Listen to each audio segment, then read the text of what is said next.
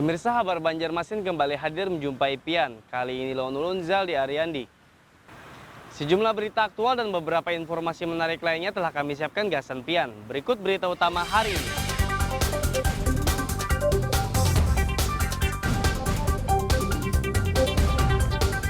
Dugaan markup dana perjalanan dinas DPRD Banjar akan diinvestigasi BPKP Kalsel.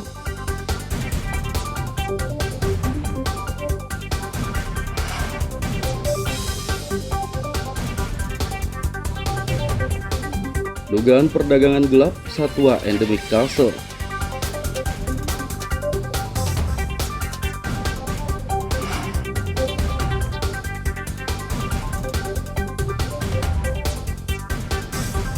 Lomba perahu tradisional ramaikan objek wisata di Kabupaten Banjar.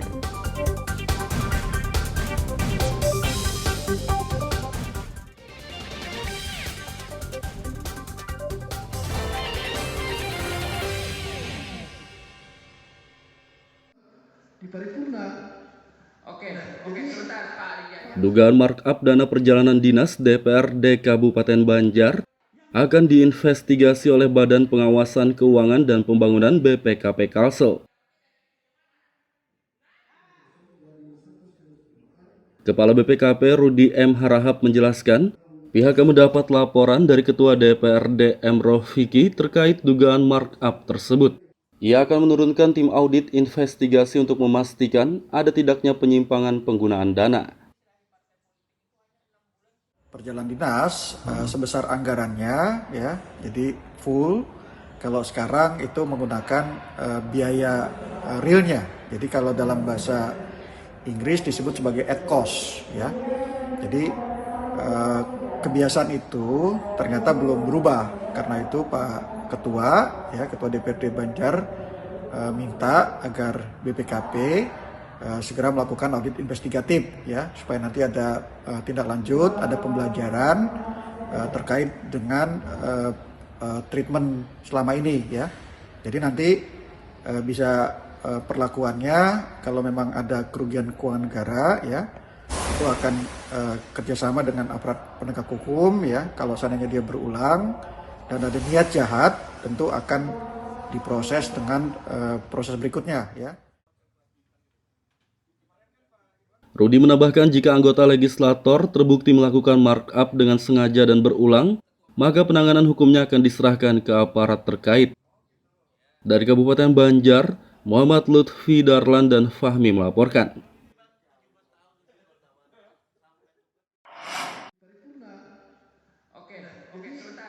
Kisruh di Dewan Perwakilan Rakyat Daerah DPRD Kabupaten Banjar akibat dugaan markup dana perjalanan dinas hingga pemalsuan tanda tangan dan rapat paripurna ricuh menjadi sorotan berbagai pihak.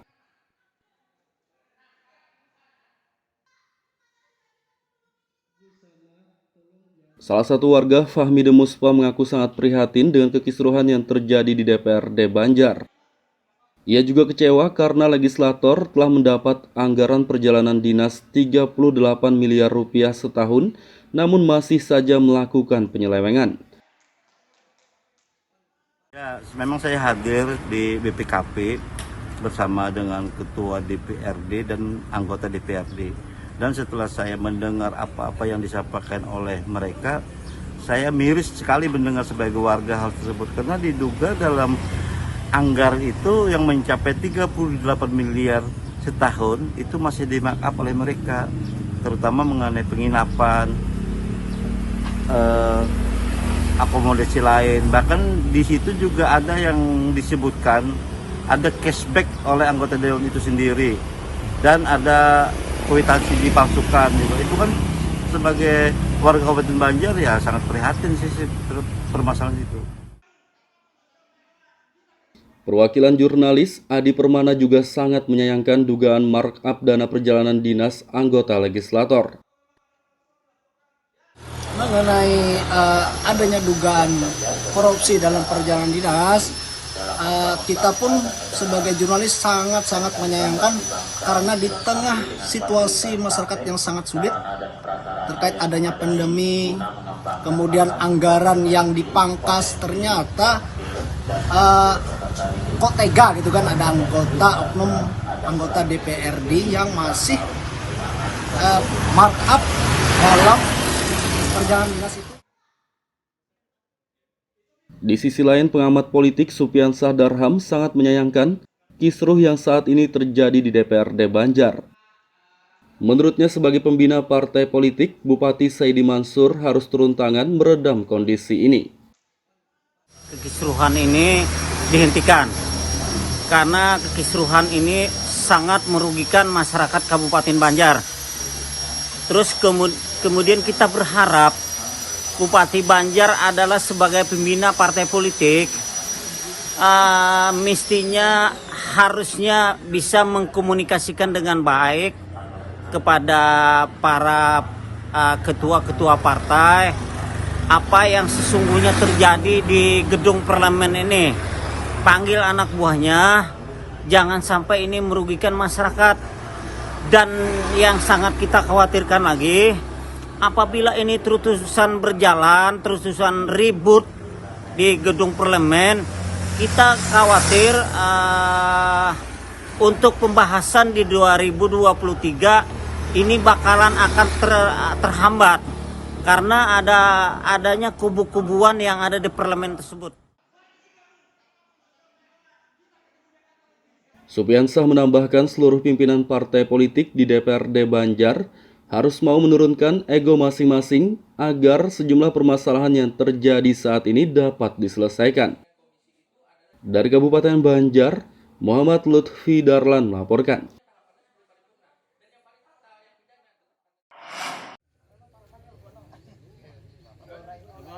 Kejaksaan Negeri Kejari Kabupaten Batola periksa saksi perkara tukar guling tanah yang diduga terjadi di Desa Kolam Kanan, Kecamatan Wanaraya.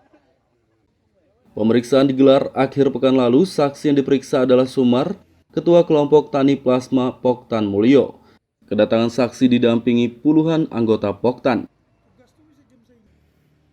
Salah satu petani, Herman, mengatakan ia bersama petani lainnya sengaja mendampingi ketua mereka sebagai solidaritas. Tujuannya semuanya, kita ini menunggui teman kita yang dipanggil Kejari.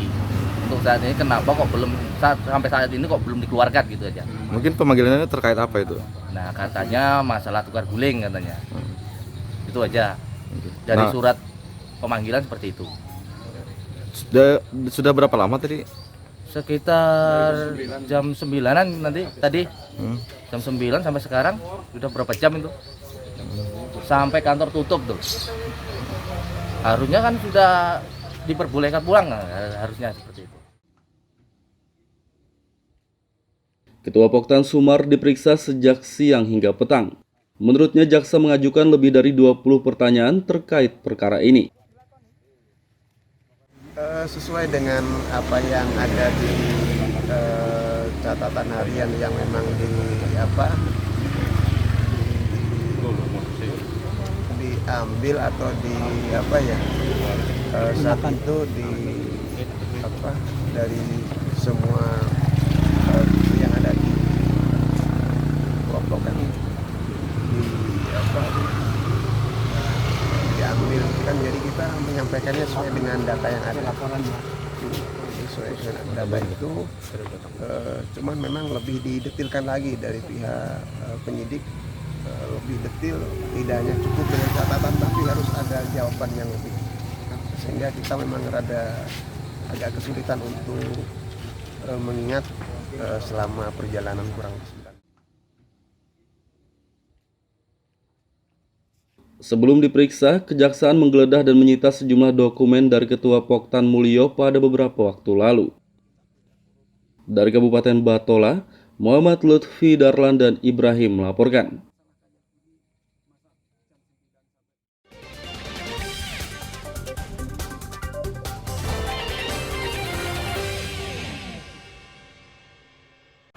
Pemirsa, masih bersama kami dalam Kabar Banjarmasin.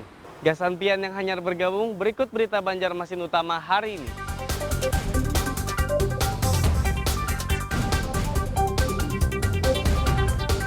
Dugaan markup dana perjalanan dinas DPRD Banjar akan diinvestigasi BPKP Kalsel.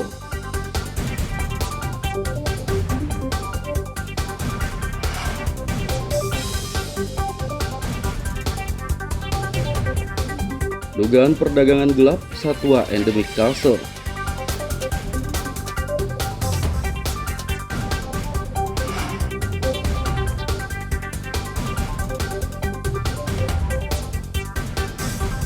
Lomba perahu tradisional ramaikan objek wisata di Kabupaten Banjar.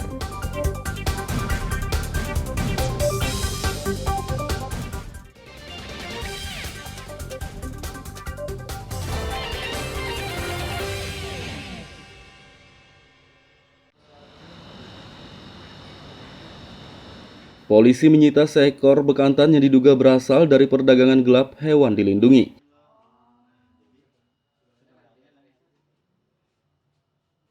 Satwa endemik khas Kalimantan itu disita dari seseorang berinisial MRN, warga Pekapuran Banjarmasin Selatan.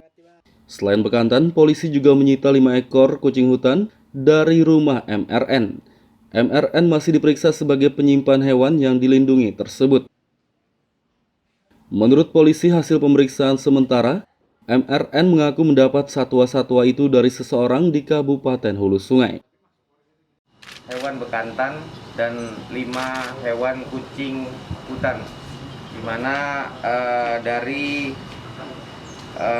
seseorang yang berinisial MNR, tempat tinggal di Pekauman Banjarmasin, Kalimantan Selatan. Setelah kami amankan itu, yang bersangkutan inisial MR kami amankan dan kami lakukan penyidikan lebih lanjut, dan ini akan kami kembangkan karena informasi awal dia mendapat dari seseorang, dikirim dari Hulu Sungai. MRN akan dikenai pasal 40 ayat 2 junto pasal 21 ayat 2 huruf A Undang-Undang Nomor 5 Tahun 1990 tentang konservasi sumber daya alam hayati. Dari Kota Banjarmasin, Muhammad Lutfi Darlan dan Hafiz Arhaman melaporkan.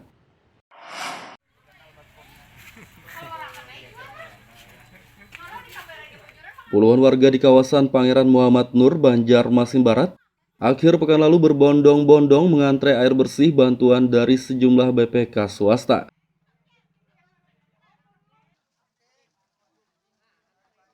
Ada 6 rukun tetangga RT di kawasan ini yang kesulitan air bersih selama berbulan-bulan, yakni RT 65, 67, 68, 69, 70, dan 72. Salah satu warga, Lina, mengatakan air bersih dari PDAM tidak mengalir sejak 2 bulan lalu.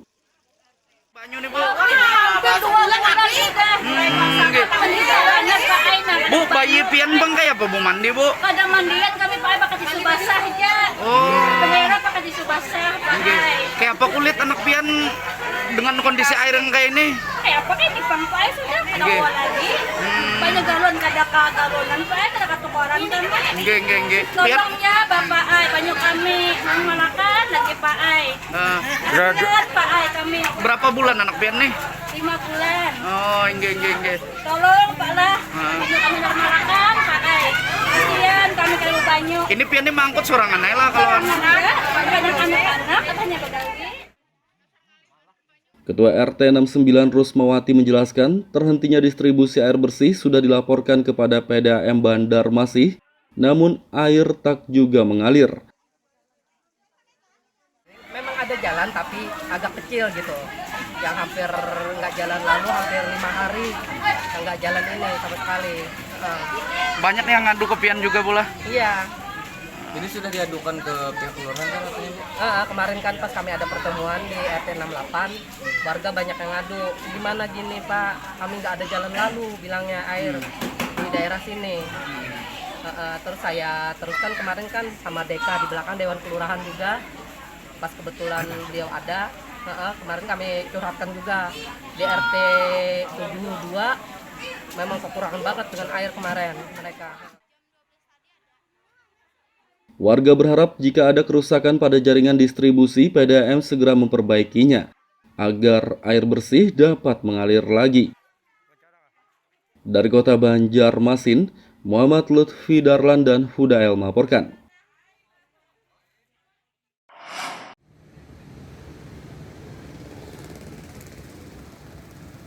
Gedung X Mitra Plaza di kawasan Pangeran Antasari, Banjarmasin Tengah akan dijadikan Mall Pelayanan Publik atau MPP.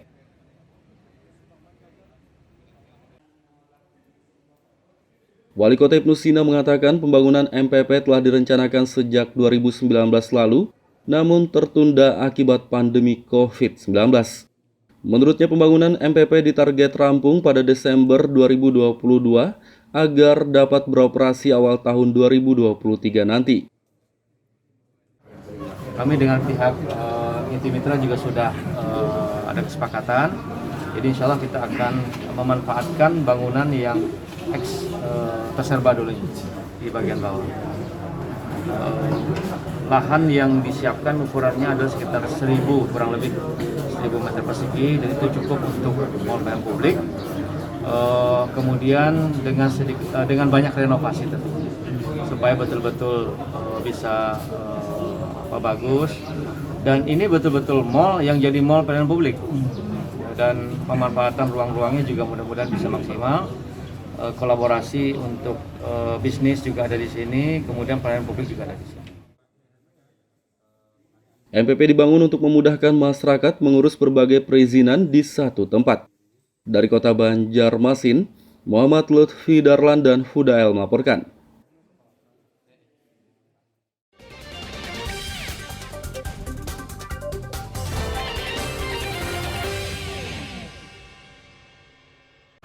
Pemirsa masih bersama kami dalam Kabar Banjarmasin. Gasan Pian yang hanya bergabung, berikut berita Banjarmasin utama hari ini.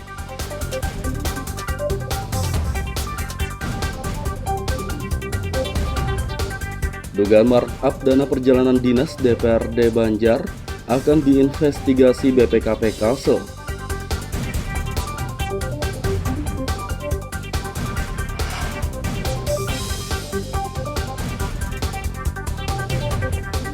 Dugaan perdagangan gelap satwa endemik Kalsel.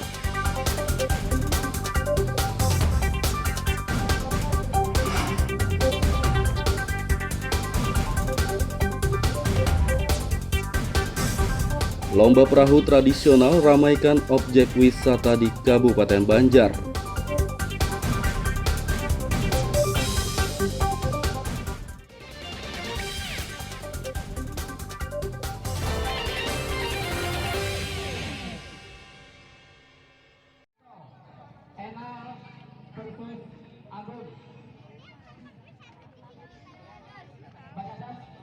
Lomba Jukung Gubernur Cup 2022 ramaikan objek wisata Katulistiwa di Desa Sungai Rangas Tengah, Kecamatan Martapura Barat, Kabupaten Banjar, Minggu pagi.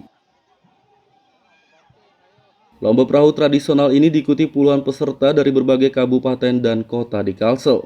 Lomba yang berlangsung di tempat wisata ini membuat pengunjung dan warga sekitar antusias menyaksikannya. Kepala Desa Sungai Rangas Tengah mengatakan lomba balap jukung tradisional ini bertemakan Gubernur Cup tahun 2022 dan diikuti sebanyak 56 peserta yang datang dari 4 kabupaten, yakni Kabupaten Banjar, Kota Banjarmasin, Kota Banjarbaru, dan Kabupaten Tapin. Ada berapa peserta hari ini, Pak? Hari ini ada 56 peserta, yang begitu ada 4 kabupaten. Iya. Pesannya Pak kepada para peserta ini apa nih Pak? Pesannya tolong jaga sportivitas, jangan sampai ada bermasalah. Kalau ada masalah kecil tolong diselesaikan dengan baik. Kita ajak sama-sama untuk kedepannya lebih bisa lagi kita lanjutkan. Ini bagaimana kita agar membangkitkan kembali gairah berolahraga, walaupun pandemi kan masih belum berakhir, tapi tetap kita laksanakan kegiatan ini. Kemudian ini juga mengangkat pariwisata daerah, dan mudah-mudahan desa ini menjadi destinasi wisata khususnya untuk pengembangan budaya lokal kita, yaitu lomba jukung tradisional ini. Pak, ini dijadikan agenda tahunan? Ya, ini akan kita jadikan agenda tahunan. Kemudian ini kan lokasinya sangat bagus ini. Lokasinya bagus, dan ini nanti akan menjadi tempat untuk latihan juga bagi atlet-atlet dayung Kalimantan Selatan.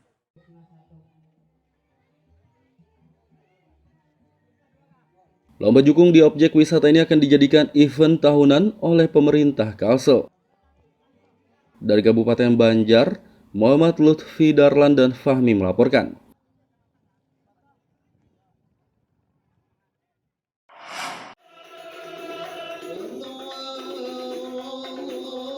Menjelang kompetisi Liga 1 tahun 2022-2023, Barito Putra memperkenalkan pemain barunya.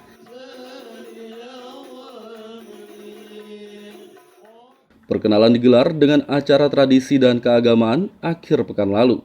Satu persatu pemain baru Barito Putra menjalani prosesi tampung tawar. Ritual tradisi yang bermakna pemberian berkat ini dipimpin alim ulama. Mohon cinta dan kasihnya, mudah-mudahan kami bisa memberikan yang terbaik mengharumkan nama benua Kalimantan Selatan. Amin Allahumma amin. Setelah perkenalan, apa yang akan dilakukan para pemain dan manajemen? Insya Allah mulai dari besok kita akan bersilaturahmi juga. Pertama dulu tentunya kepada Pemanguri selaku kepala daerah Provinsi Kalimantan Selatan, juga kepada Pak Haji Musti Effendi sebagai Ketua Umum Putra yang dimanai oleh almarhum Abah dan almarhum Mama, dan tentunya juga berziarah.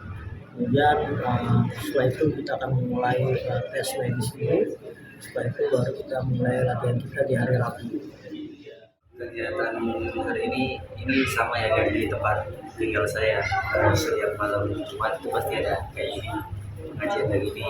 Kayak kalau tempat saya namanya Simtuduror. Jadi ya kayak gini kecil tuh biasa gitu. Karena kalau kan identik dengan kota santri. Barito kan identik dengan klub yang religius nih. Apakah ini memberi semacam kekuatan di lapangan? Ya ini sangat memberi kekuatan ya. Sangat, ini hal yang sangat penting buat saya juga. Makanya saya kesini mungkin tim satu-satunya yang saya kenal yaitu ada hal acara-acara religius ini ya baru itu. Selain ritual tradisi, perkenalan pemain Barito juga diisi sejumlah kegiatan keagamaan, di antaranya salat hajat, pembacaan maulid, dan tausiah. Dari kota Banjarmasin, Muhammad Lutfi Darlan dan Ucok melaporkan.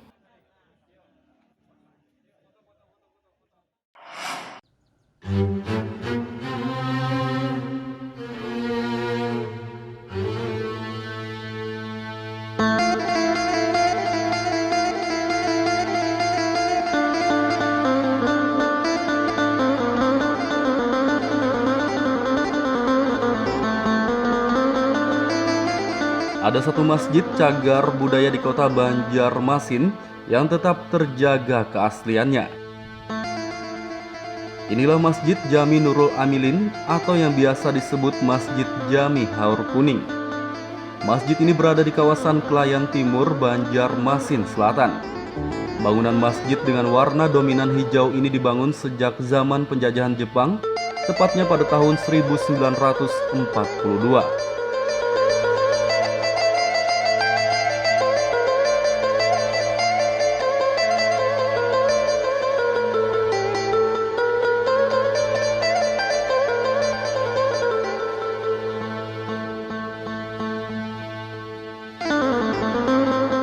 Masjid ini telah dijadikan cagar wisata religi oleh pemerintah karena konstruksi bangunan kayunya tetap kokoh hingga kini. Sebagian besar material kayu pada masjid ini seperti dinding, tiang, pintu dan lainnya masih asli sejak dibangun. Selain itu, masjid ini juga mempertahankan bangunan tempat azan zaman dahulu yang cukup unik. Tempat untuk muazin mengumandangkan azan itu berada tepat di tengah masjid menyatu dengan tiang utama. Ketinggian tempat tersebut berkisar 4 hingga 5 meter dan dilengkapi dengan tangga berbentuk melingkar. Jadi sepengetahuan saya dan cerita saksi hidup ini yang beliau bernama Haji Mujirmi atau Haji Mujir, ini tidak berubah. Jadi dari kayu semua. Cuma lantainya yang dari yang keramik oleh tokoh masyarakat yang ada di sini. Beliau membeli di Surabaya keramik, kemudian membawa ke sini, berikut membawa tukang masang keramik. Jadi keramik berikut tukangnya dipasang di sini.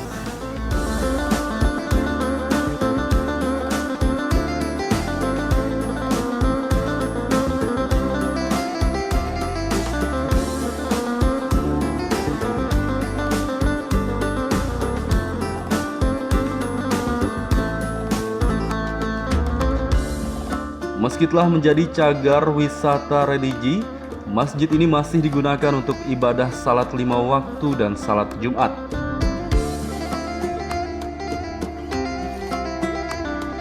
Dari kota Banjarmasin, Muhammad Lutfi Darlan dan Aryadi Sukma melaporkan.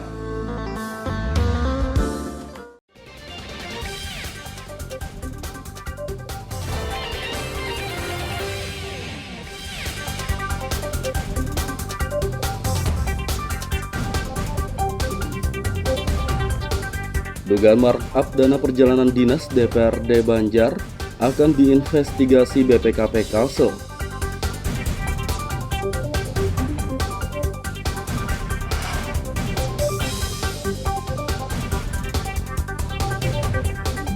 Dugaan perdagangan gelap satwa endemik Kalsel.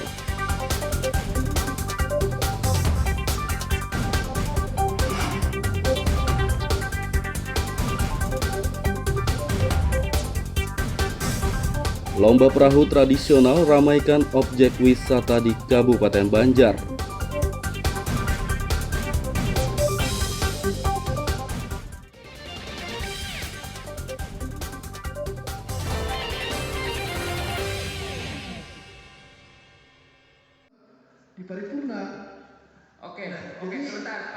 Dugaan markup dana perjalanan dinas DPRD Kabupaten Banjar akan diinvestigasi oleh Badan Pengawasan Keuangan dan Pembangunan BPKP Kalsel. Kepala BPKP Rudi M. Harahap menjelaskan, pihaknya mendapat laporan dari Ketua DPRD M. Rofiki terkait dugaan markup tersebut. Ia akan menurunkan tim audit investigasi untuk memastikan ada tidaknya penyimpangan penggunaan dana. Perjalanan dinas sebesar anggarannya ya, jadi full. Kalau sekarang itu menggunakan biaya realnya. Jadi kalau dalam bahasa Inggris disebut sebagai at cost ya. Jadi kebiasaan itu ternyata belum berubah. Karena itu Pak Ketua ya, Ketua DPRD Banjar minta agar BPKP segera melakukan audit investigatif ya, supaya nanti ada tindak lanjut, ada pembelajaran terkait dengan treatment selama ini ya.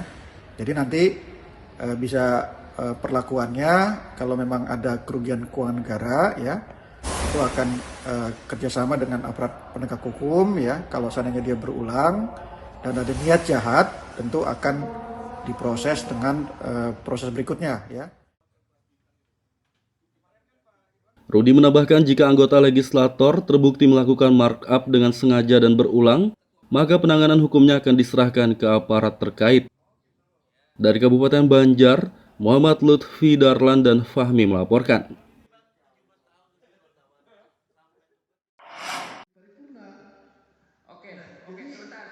Kisruh di Dewan Perwakilan Rakyat Daerah DPRD Kabupaten Banjar akibat dugaan markup dana perjalanan dinas hingga pemalsuan tanda tangan dan rapat paripurna ricuh menjadi sorotan berbagai pihak.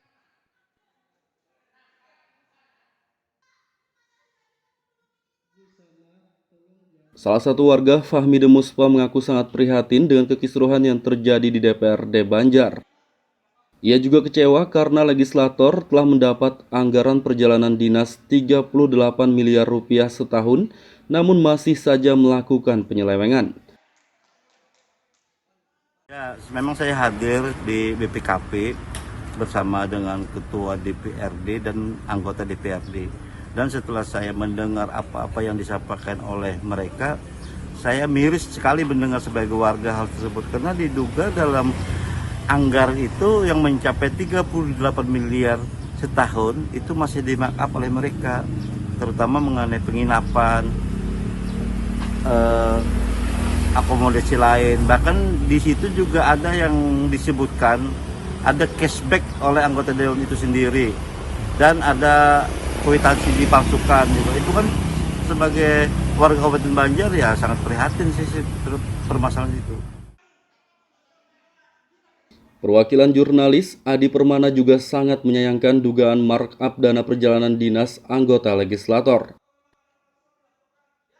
mengenai adanya dugaan korupsi dalam perjalanan dinas, kita pun sebagai jurnalis sangat-sangat menyayangkan karena di tengah situasi masyarakat yang sangat sulit terkait adanya pandemi, kemudian anggaran yang dipangkas, ternyata kok tega gitu kan, ada anggota DPRD yang masih markup dalam perjalanan dinas itu. Di sisi lain, pengamat politik Supiansah Darham sangat menyayangkan kisruh yang saat ini terjadi di DPRD Banjar. Menurutnya, sebagai pembina partai politik, Bupati Saidi Mansur harus turun tangan meredam kondisi ini. Kekisruhan ini dihentikan karena kekisruhan ini sangat merugikan masyarakat Kabupaten Banjar. Terus kemudian kita berharap Bupati Banjar adalah sebagai pembina partai politik, mestinya harusnya bisa mengkomunikasikan dengan baik kepada para ketua-ketua partai apa yang sesungguhnya terjadi di gedung parlemen ini. Panggil anak buahnya, jangan sampai ini merugikan masyarakat. Dan yang sangat kita khawatirkan lagi, apabila ini terus-terusan berjalan, terus-terusan ribut di gedung parlemen, kita khawatir untuk pembahasan di 2023 ini bakalan akan terhambat karena adanya kubu-kubuan yang ada di parlemen tersebut. Supiansah menambahkan seluruh pimpinan partai politik di DPRD Banjar harus mau menurunkan ego masing-masing agar sejumlah permasalahan yang terjadi saat ini dapat diselesaikan. Dari Kabupaten Banjar, Muhammad Lutfi Darlan melaporkan.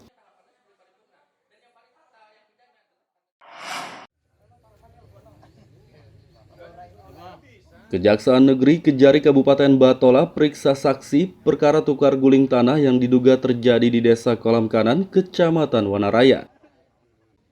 Pemeriksaan digelar akhir pekan lalu. Saksi yang diperiksa adalah Sumar, Ketua Kelompok Tani Plasma Poktan Mulyo. Kedatangan saksi didampingi puluhan anggota Poktan. Salah satu petani, Herman, mengatakan ia bersama petani lainnya sengaja mendampingi ketua mereka sebagai solidaritas. Tujuannya semuanya, kita ini menunggui teman kita yang dipanggil Kejari. Untuk saat ini kenapa kok belum, sampai saat ini kok belum dikeluarkan gitu aja. Mungkin pemanggilannya terkait apa itu? Nah, katanya masalah tukar guling katanya. Itu aja. Dari surat pemanggilan seperti itu. Sudah berapa lama tadi? Sekitar jam 9-an nanti tadi. Jam 9 sampai sekarang udah berapa jam itu? Sampai kantor tutup tuh. Harusnya kan sudah diperbolehkan pulang, harusnya seperti itu. Ketua Poktan Sumar diperiksa sejak siang hingga petang. Menurutnya, jaksa mengajukan lebih dari 20 pertanyaan terkait perkara ini. Sesuai dengan apa yang ada di catatan harian yang memang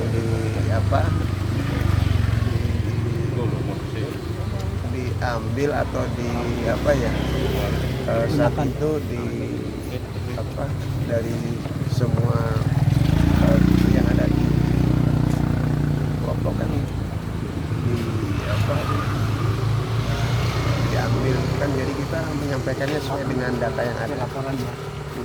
Sesuai dengan data itu, cuman memang lebih didetilkan lagi dari pihak penyidik, lebih detil, tidak hanya cukup dengan catatan tapi harus ada jawaban yang lebih, sehingga kita memang agak kesulitan untuk mengingat selama perjalanan kurang lebih 9. Sebelum diperiksa, kejaksaan menggeledah dan menyita sejumlah dokumen dari Ketua Poktan Mulyo pada beberapa waktu lalu. Dari Kabupaten Batola, Muhammad Lutfi Darlan dan Ibrahim melaporkan. Pemirsa, informasi tadi sekaligus menutup perjumpaan kita kali ini. Ulun Zaldi Ariandi lawan buan redaksi mengucapkan selamat beraktivitas, sampai jumpa.